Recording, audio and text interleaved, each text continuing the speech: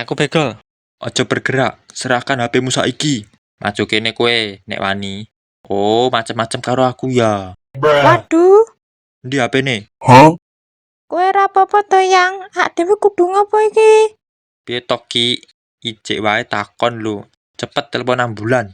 Password HP-mu apa? Ah, Passwordnya? kanggo HP-mu wae. HP-ku digondol begale mau. Wes cepetan passwordnya apa kok? Dinggo apa? Piye to ya? Ngewangi kowe kuwi lah nelpon ambulan barang. Sopo sing lara? Kowe kuwi lho, kat mau cerewet wae. Jangan-jangan kowe wis amnesia to?